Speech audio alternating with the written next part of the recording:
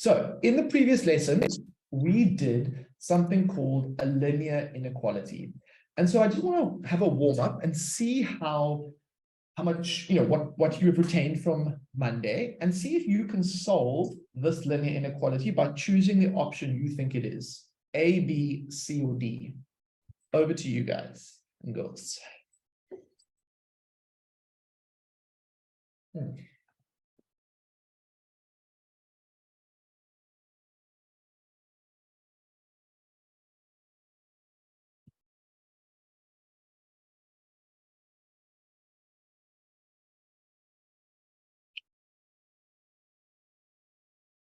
What do we think the answer is for this one?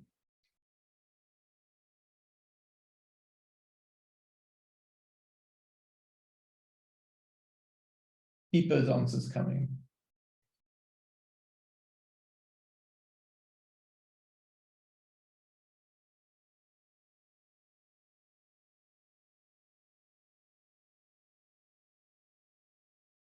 So if we took the 4x across, we would get 6x minus 4x on the other side, and we would get, if we brought the minus with the 1 across, it becomes that. And then we get 2x is less than minus 8. And then we divide both sides by 2. And we should get x is less than minus 4. Which option is x is less than minus 4? It looks like it's going to be A. So if we look at a linear inequality, which is what this is and what we covered in the previous lesson, it behaves a lot like a equation. The only difference is we have this sort of crocodile mouth symbol, and instead of having one answer like x is equal to minus 4, the answers are all the values that are less than minus 4. And so what we did in the previous lesson is we spoke about how we can illustrate our answers on the number line. So we have a critical value like x is minus 4, and the answers to this inequality will be all those values to the left of minus 4, but not including minus 4. And that's why there's an empty circle. So again, this is just a bit of a recap, but are there any questions or comments about this recap from the previous lesson? Or give me a thumbs up if this feels familiar. Give me a thumbs down if you feel a bit unsure.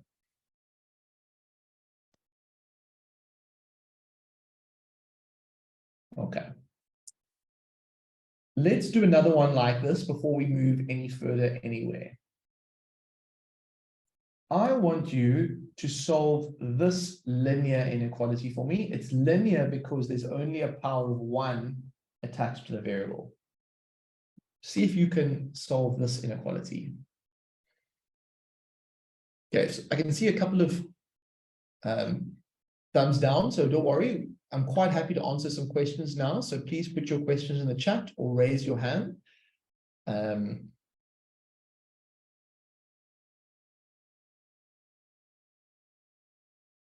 There's kind of 2 ways we could do this one. So I'll write it out twice.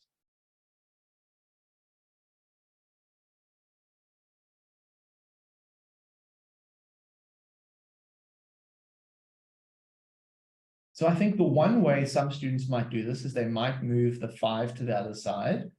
Some other students might start by moving the minus 2x to the other side. And both ways are fine. I'll show you both. So let me start with the yellow one.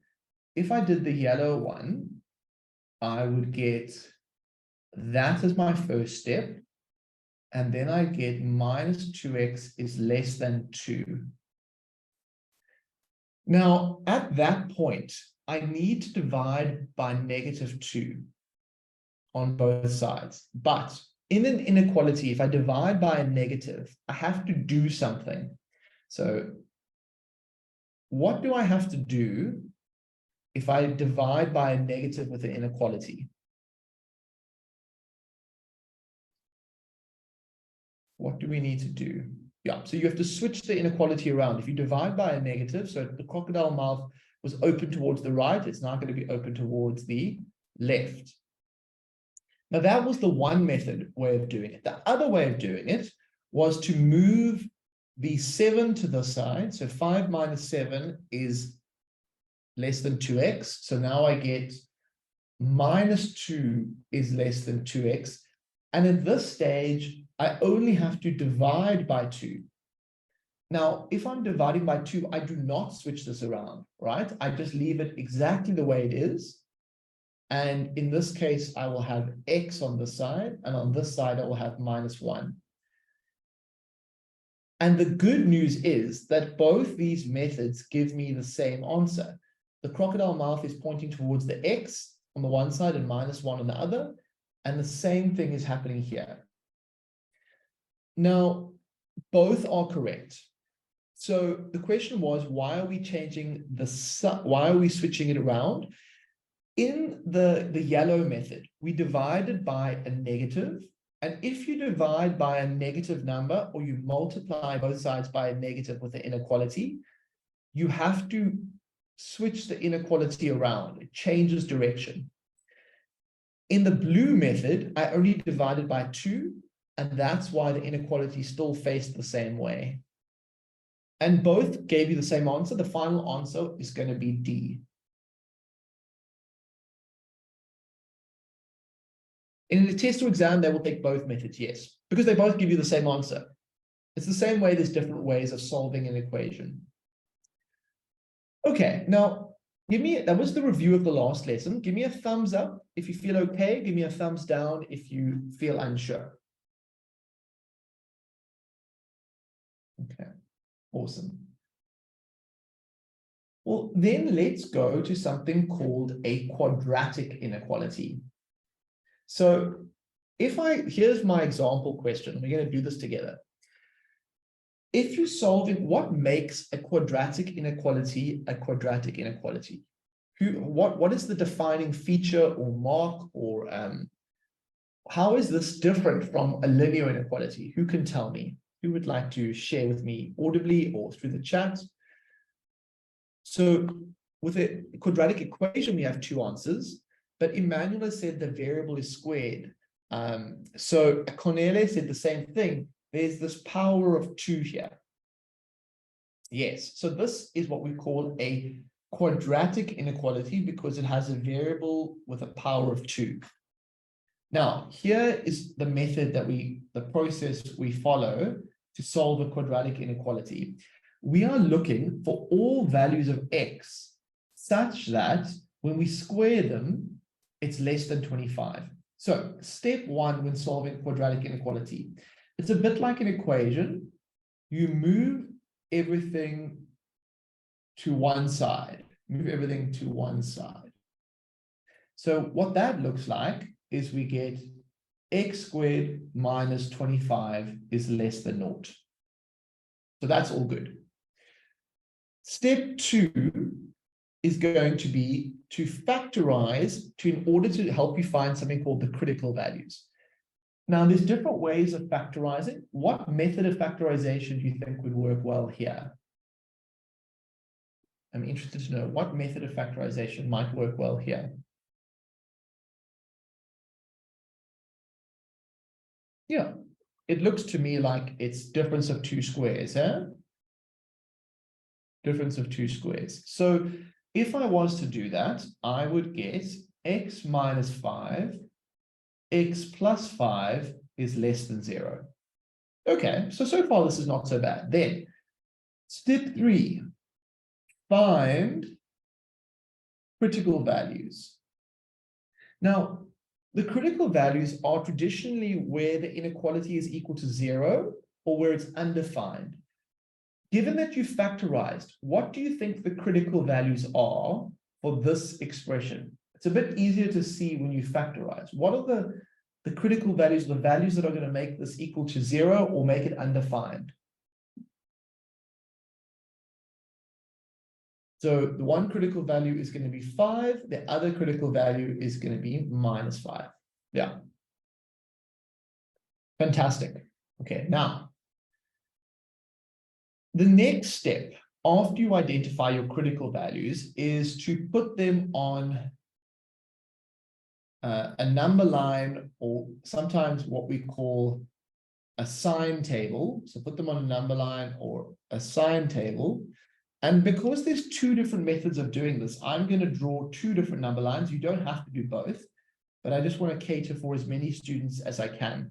So if I was putting the two critical values on a number line, I would put the -5 here, and I would put the 5 here. Okay. So now, I want to summarize the behavior of this expression. So x squared minus 25, I want to know when it's positive and where it's negative if I look at this number line. So if you are using a sign table, what I first do is I choose a number in this region over here. Can somebody give me a number bigger than 5? Can someone in the class give me a number bigger than the biggest critical value? So Kat and Vatejo have said 10, there's some 7, there's some 8s. I think 10 is great because 10 is nice and easy to see. So I'm choosing 10 as a substitution value.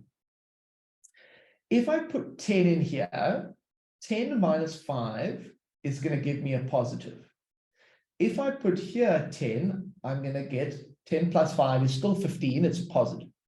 What do I get when I multiply a positive by a positive? I get a positive value. So this is my first summary sign on my number line. Now, as I go over a critical value, it'll change from a positive to a negative. And then as it goes over the next critical value, it will switch its sign back to positive. And it will always switch as it goes over a critical value. The other way that teachers do it is they sometimes say, look at this type of expression. Is this a happy or unhappy parabola? Tell me in the chat, is that an unhappy or a happy parabola?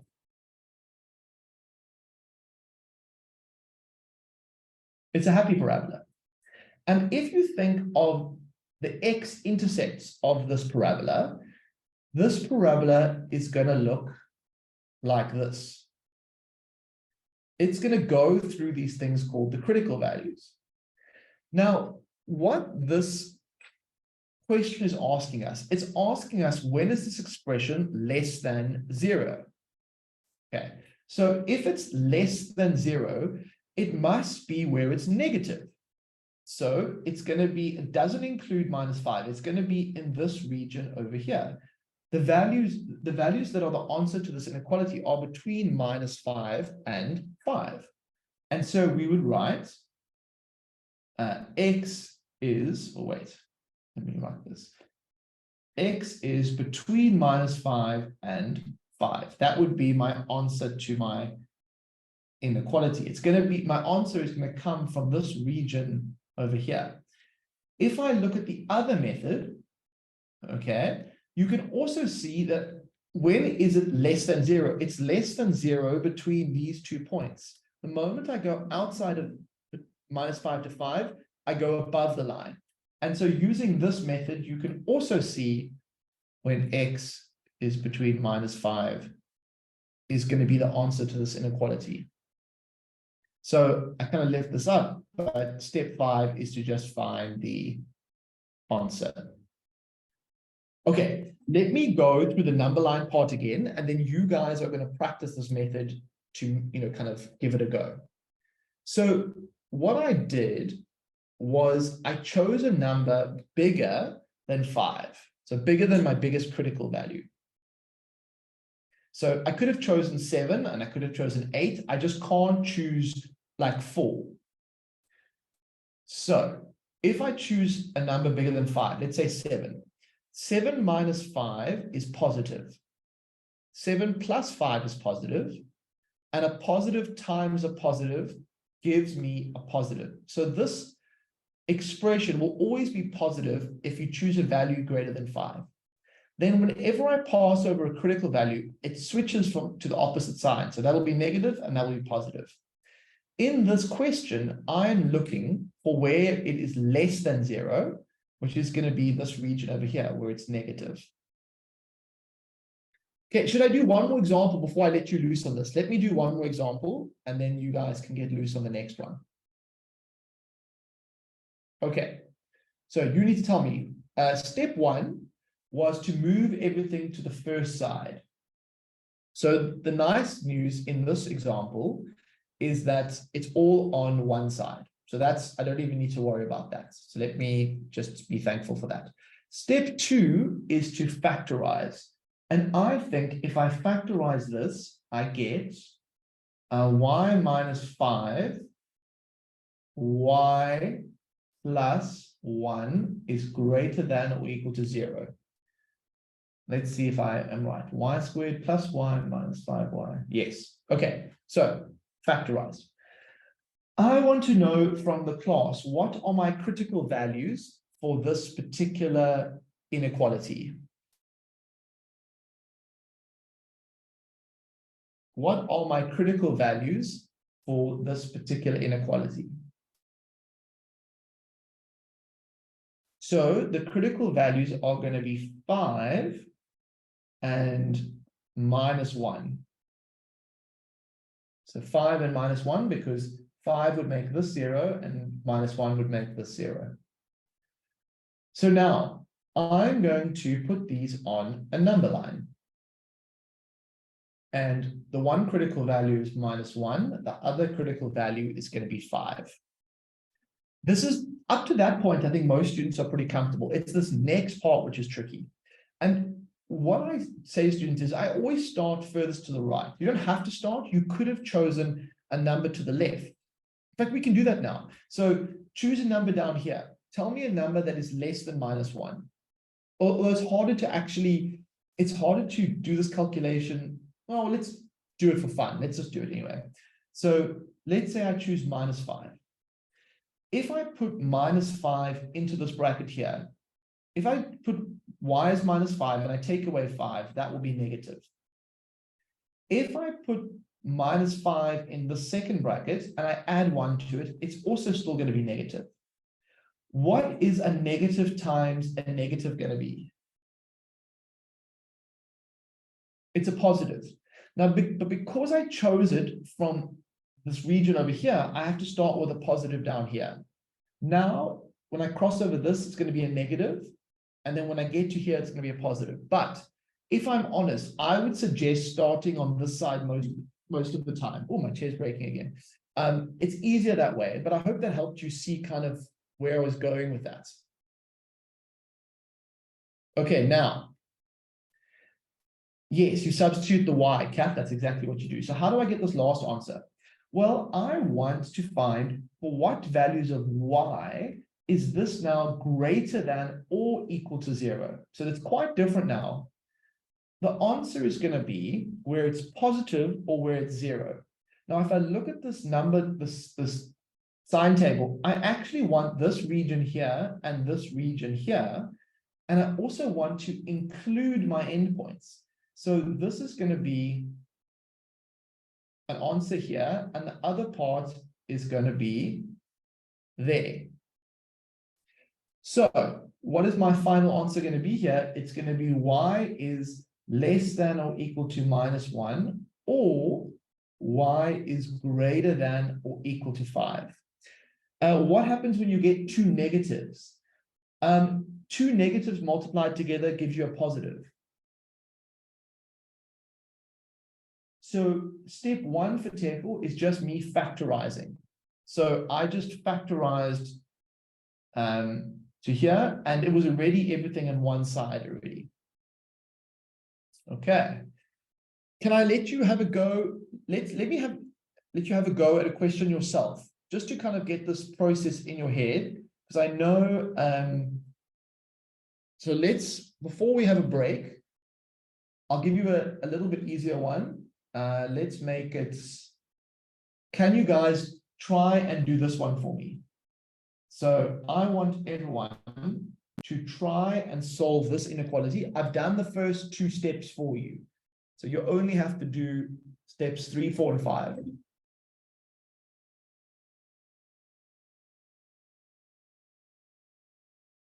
Okay, so Bisikanya, or let's go to Okolezu. Oh, sorry. Can we unmute Okolezu? Hi, sir. Hey, how can I help? So I wanted to ask for the one of x squared less than 25. For the answer, is it okay if you had to write it as x is an element of negative infinity, then it's comma -5 union x is an element of 5 comma infinity? Interpretation. Yeah. Yes, sir. So yes, absolutely. So you could also write it. I covered this a little bit in the first lesson. Both notations are acceptable. So you would go -5 to 5, and that would be the same as that answer there. Such a good question. Yes. It means exactly the same thing. I'm just focused on inequality notation today, but it means the same thing. Yeah. Thank you, sir. What other questions do we have? I think so. Those students feel comfortable. We're going ahead and doing this one here, but there are definitely more questions from the class. So I'd love to have some more questions while you're busy doing this one here. Lisa Kanya, how can I help you? Where am I? Which question would you like to talk about? Issa, I would probably say this is 4 to 5 marks in a test. Okay, the number line part. We're going to do that now in this last question before the break. So, step 1. Is everything moved to one side in this question? Yes, so no problem there. Is it factorized? Step 2 is fine. Step 3 is to find the critical values. So I want everyone to tell me what are the critical values for this inequality.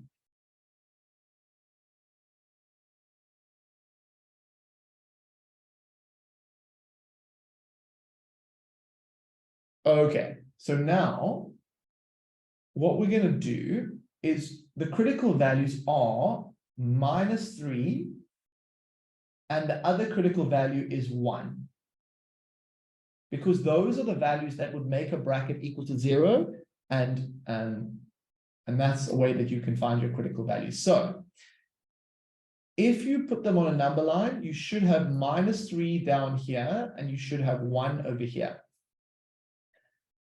This is the part where I'm losing you. It's this part where I choose a number in this area. So give me a number that is in this place here, which is bigger than 1. So I'll wait a moment for some suggestions. So for Teko, I said 4. How do you find quickly if the arms are up or down? So Cass, what you look at is whether it's a happy or unhappy parabola.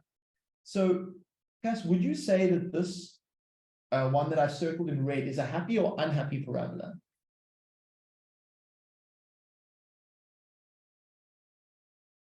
So I'll actually do both methods so you guys can see both again. So it's a happy parabola, yeah. So if you were using the parabola method, your parabola would look like that. Okay, going through those two values. If we were using a sine table, we choose a number bigger than 1. So let's say like 6. If you put a 6 into this expression here, 6 plus 3 is positive.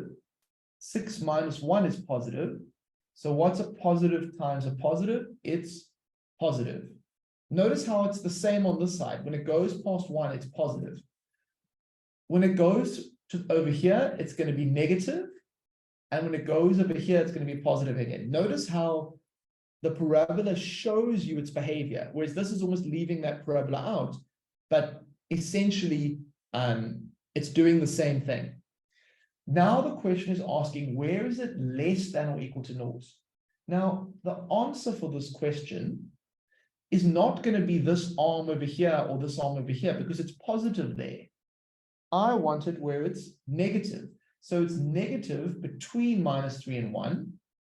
But because there's a less than or equal to, I actually have to include my endpoints. And so it's actually going to look like this on the sign or the line. And so my final answer, my final answer is going to be x is greater than or equal to -3 and less than or equal to 1. And the reason this is a less than or equal to is because that's what the question started with. And So is it in the negative part because it's less than 0? Yeah. So how do you know which direction the line goes in? Are you talking about the parabola, or are you talking about, I'll call it option A or option B, or method A or method B?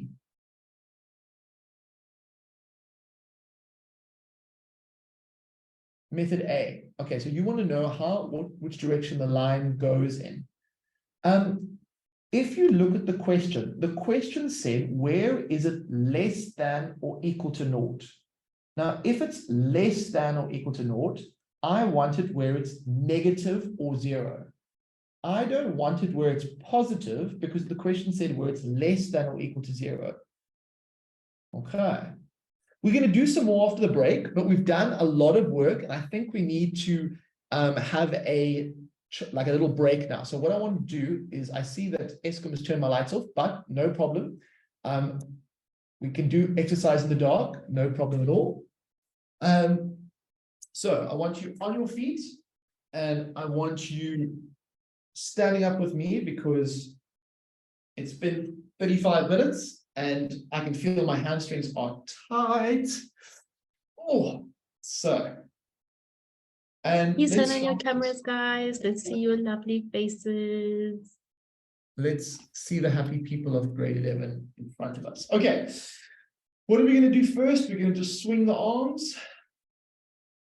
There we go. Swing them nice and loose. Feel that tension melt away. And then let's do a bit of spinning. So from one side to the other. And as you get more relaxed, you should feel your body go further and further around.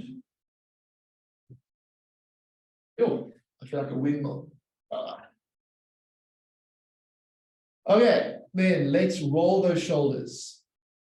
5 back and 5 forward.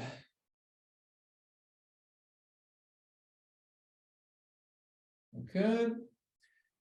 And then let's stretch our arms like this. But Connor, your brain has been working hard. You need to have the full Watobe experience. There we go. So stretch that out. Oh, that feels good. Ooh. Okay, and then let's do some jumping jacks just to get our heart rates up, because all the blood has kind of gone to our feet and we want to spread it around our bodies. So we're going to go in 3, 2, 1, and let's go. 1, 2, 3, 4, 5, 6, 7, 8, 9, 10, and 5 more. 1, 2, 3, 4, 5, and there we go. Oh, and let us go back to a little bit of a brain break. So why don't you tell me how to solve this maths 24 puzzle?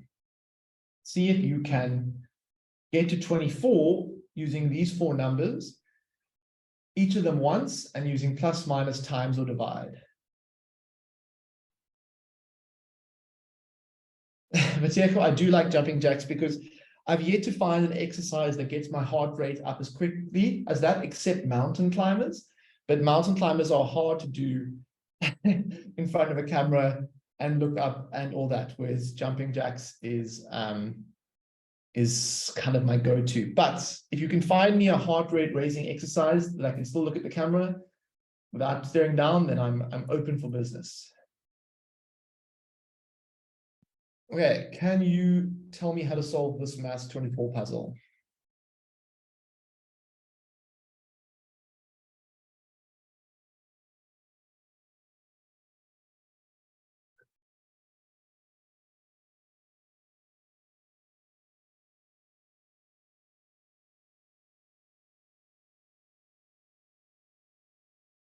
Nkosi has said 5 minus 2 times 8 times 1, where that's 3, which does in fact give you 24. And Rafense has said 8 divided by 2 times 5 plus 1, which also gives you 24. Very nice. Very, very nice. Let's do that was good, everyone. Let's do one more where it's a little bit tougher. We'll do a blue one. See if you can get to 24 using these 4 numbers, 7, 4, 2, and 3. Oh, Emmanuel, I like it. Skipping without a rope. I love it. Emmanuel, next lesson, I'm going to do that. That is such a good one. Yes. Because skipping is super high heart rate.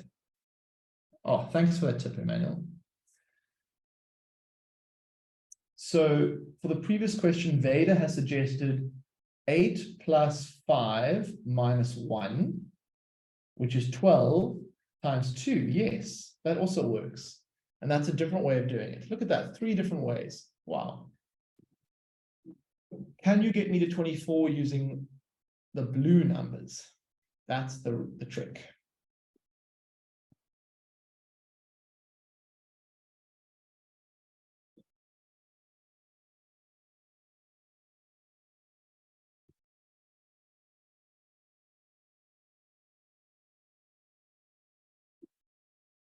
What do we have available to us here?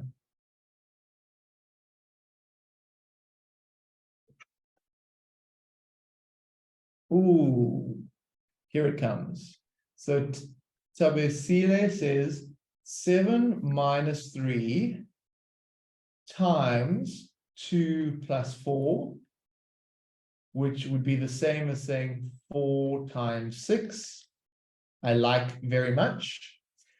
And Usasiwe has said 7 times 4 plus 3 minus 7. Oh, but you've used the 7 twice, unless I'm missing something. Yes, I think you've used that number twice.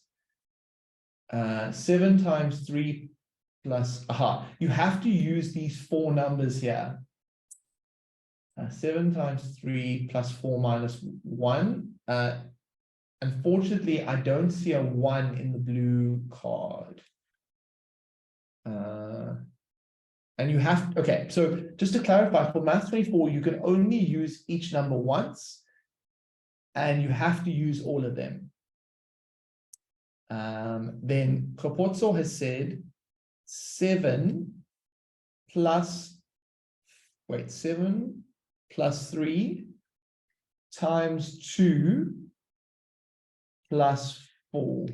Yeah, that's fine. That gives you 24. And then Kitso said 4 plus 2. Yeah, agreed. All right.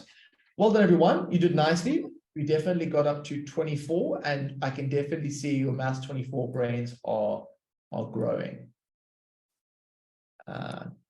Cool. Okay, let's go back to quadratic inequalities. And I want everyone to try and solve this inequality. So you've got minus 6x on the one side, greater than or equal to minus 2x squared. Can you solve that inequality for me? And I would like in the chat, or if someone come online, I want to know what your first step would be. What would your first step be for solving this quadratic inequality? Can you remember what the 4 or 5 step process was? Take everything to one side. Yes. So what would you move? Rafense and Fateko, what would you move? What would make life easier for you? I think I would move the minus 2x squared. Yeah. I agree. That's a good first step. Minus 6x, you can move minus 6x, but the problem is that step 2 is to factorize. And I think factorizing will be easier if the coefficient of the x squared is positive. So this is.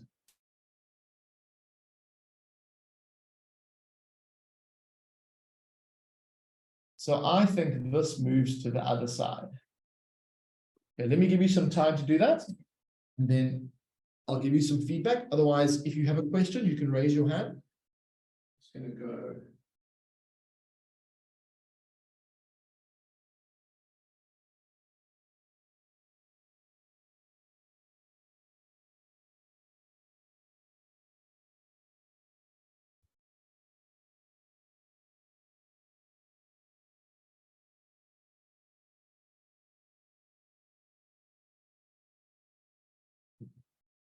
Okay, so Rafid says ask, is it okay if I divide everything by 2 to make the coefficient of the x squared 1?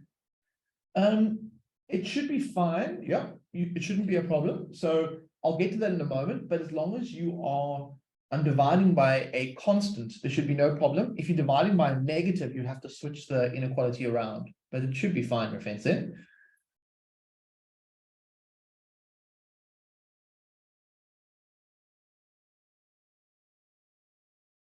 What method of factorization are we going to use? I'm curious to know what people think.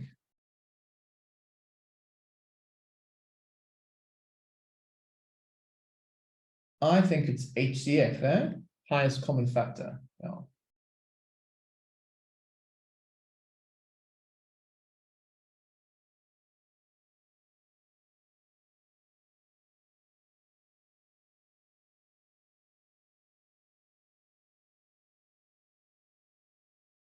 So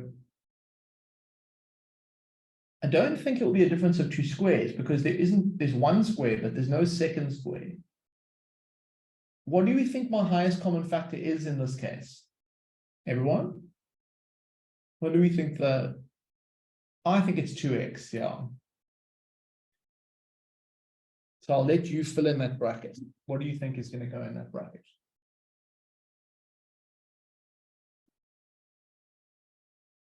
Yes, Toba, Lolo, I agree. And I see some Kirsten, Fila. So this is going to be x, and this is going to be -3. Okay, looking good so far. What are my critical values now? What are my critical values going to be? Nice, Anele, nice. So the one critical value is going to be 3. I think I know that it comes from that one. So that's going to be 3. What's the critical value going to be for this part here? Remember what a critical value does? It makes the expression 0. So that's why or 0 or undefined, depending on the situation. But 3 is a critical value because 3 minus 3 is 0. What would make this bit over here 0? The only way this bit over here can be 0 is if x itself is 0. And so my other critical value is going to be x is 0. Okay, so now step 4 is I want you to put it on a number line and then create a sign table or draw a parabola with the critical values as the roots and see if you can give me an answer for this one.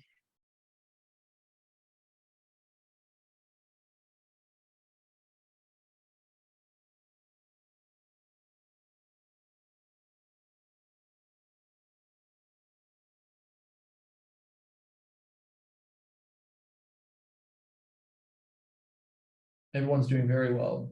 Yep. I'm glad we came back to inequalities because I know a lot of you will have done these a little bit in sort of week 4, week 5, but I definitely think it was worth revisiting today.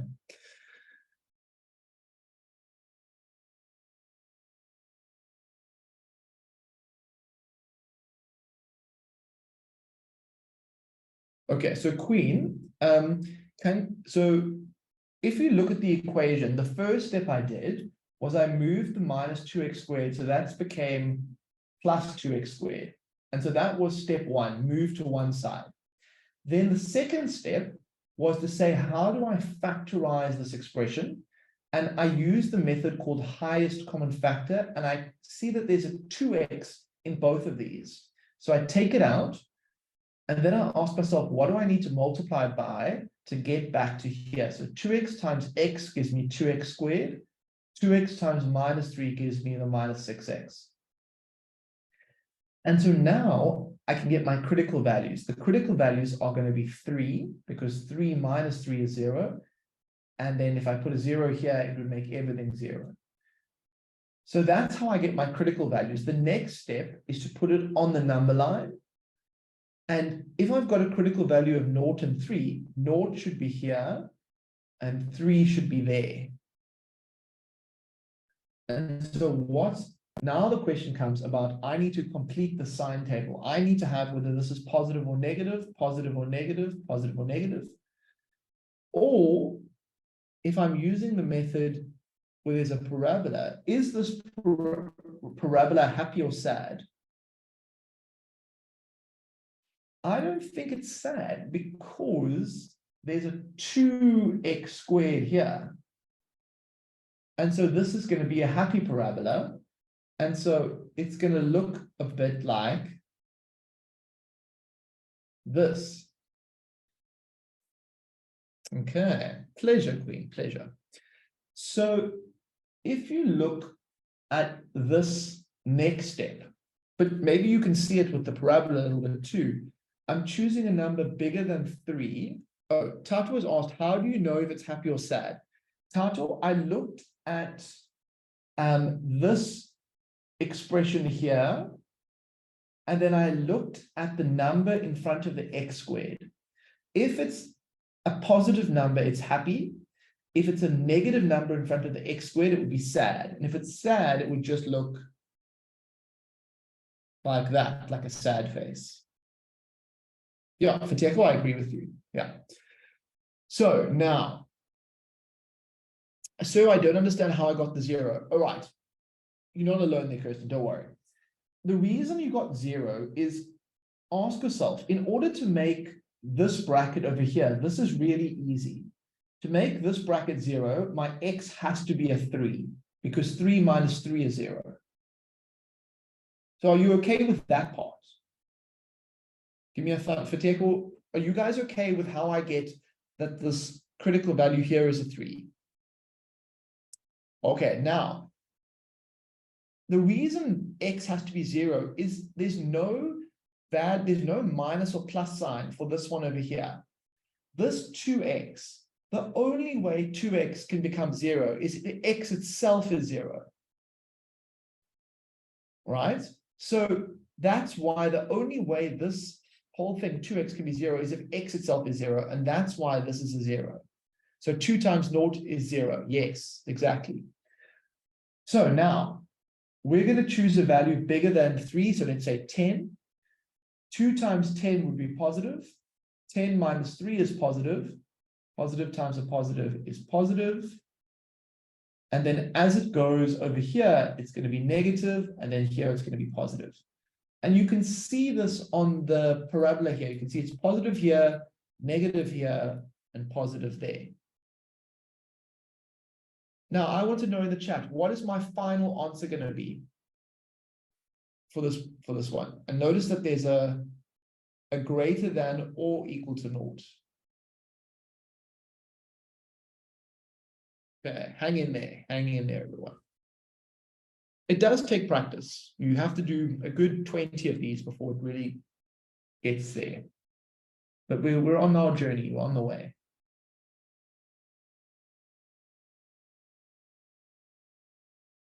I'm waiting for my final answers, or if somebody wants to tell me, they can just come online and just tell me with audio. Ah, Bongi. I think you're on the right track there.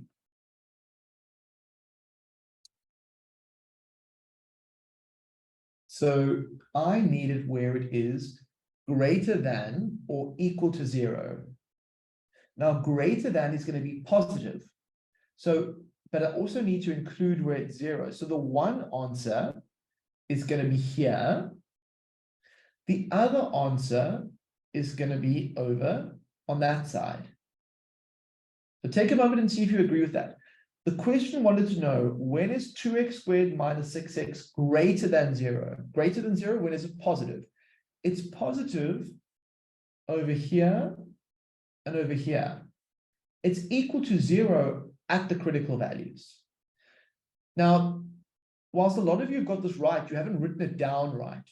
So the correct way of writing this down should be x is less than or equal to 0, or x is greater than or equal to 3. Because I'm trying to describe the two regions where it's positive or 0. Okay, the question is, why did the sign change? So because, for example, I'm trying to describe the region where it's less than 0. So that's why this one has to be less than. And later on, I'm trying to describe when it's above 3, so when it's greater than 3. Okay. Siba has asked, what values would you need to make the parabola sad? So to make the parabola sad, Siba, the number in front of the x squared would have to be negative. So if this was over here, negative 2 squared, take 2x squared, then the parabola would be unhappy.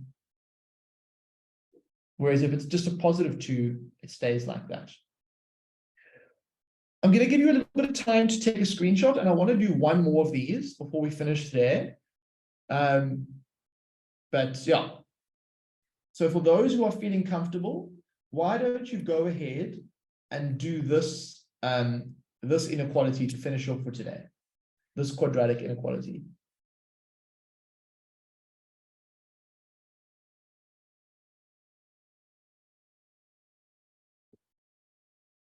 And then when you're finished, you can let me know in the chat what your answer is.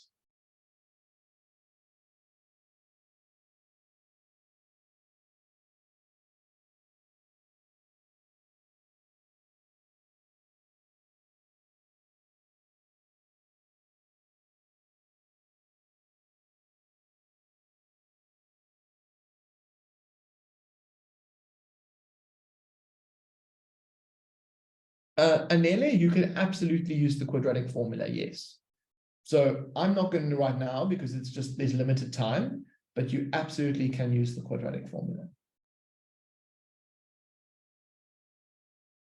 So luckily step 1 is done here because it's all on one side. So step 2 is to factorize.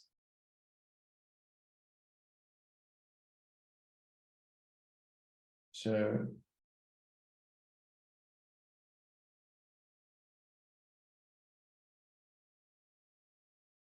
I'll just check that I've got this right. Y squared minus y plus, yeah. So I would get y plus 9, y minus 1.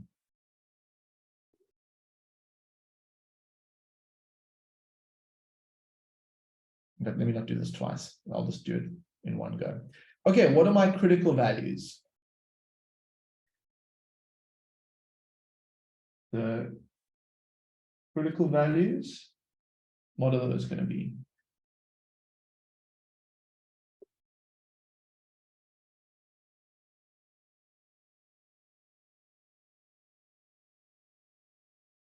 So they are going to be minus 9 and also 1.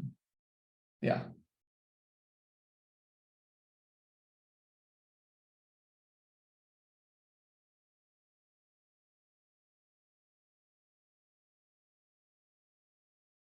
Now, again, to point out, you don't have to do both methods. I'm just showing you both methods because I know there'll be students in the class who are, from different schools, but that for me is what my critical values are going to look like. And again, I apologize, there's no unhappy parabolas here, but this is a happy parabola again. So it looks like that. And if I did my sine table, what would it look like? Don't worry, Connor, you can look at the recording to catch this last bit. We're almost done. We're like 2 minutes away. So we literally are. So let me, so 10 plus 9 is positive. So this should be positive, negative, positive. And I want to know when it's greater than 0. And to know when it's greater than 0, it's going to be this bit. And it's going to be that bit. And so y should be less than minus 9, or y should be greater than 1. You can see it on the parabola. Where is it positive? It's positive on this side, and it's positive on that side. Perfect, Connor, that's fantastic. All right. So I'm going to ask Level, could you put the link to the quiz in the chat? I know that last one was a little bit of a rushed one, but yeah, just keep practicing, everyone, and rewatch today's video lesson if you feel unsure. I've given you a nice method. So do you think it's a great idea to study every day? Rafensia, I do. I think that after whatever you do in class, you should spend at least 10 minutes reading through your notes from class every day. And then you should spend about a minimum 20 minutes practicing every day. So it's about half an hour for maths every day. I would do half an hour's maths every day. 10 minutes probably reviewing what I did in class so that my brain could digest it, and at least 20 minutes practicing. If you can do more, I think that's great, but obviously it depends on how many commitments you have and how busy your life is. Okay, but I would aim for half an hour every day. Okay. Cool. Are there any final questions before we call it a night, everyone? Loelo, that is tough. So I think if your school comes out at 4, then again, obviously on your Watobe days, your Watobe stuff counts as part of your maths. But on the days when you don't have Watobe, I would still try and squeeze in half an hour, even if it means after you come home and you have a bit of a break, whatever. It really just goes a long way if you do that half an hour every day. Some of the students, they used to call it daily review. So they do 10 minutes daily review of what they've done in class, and then 20 minutes of practice. Toboko has asked, why is it less than -9? So Toboko, if you look at the question, it's asking where is this positive? And it's positive when it's less than -9. So this region over here is positive, and this region over here is positive. So to show you, like, so Nozi's asked, is it possible for us to get homework or something to work over the week? Nozi, we're looking at extra practice exercises. It is something which we're hearing from students a lot, and it's something which we're working on. And I'll see if maybe I can put some extra practice together for you. Okay, I'll see what I can manage there, if there is demand for that. Kirsten has asked, sir, for the previous example, can you explain with the second method? So are you talking about the -6x minus 2x squared method, Kirsten, or are you talking about the y squared plus 8y one?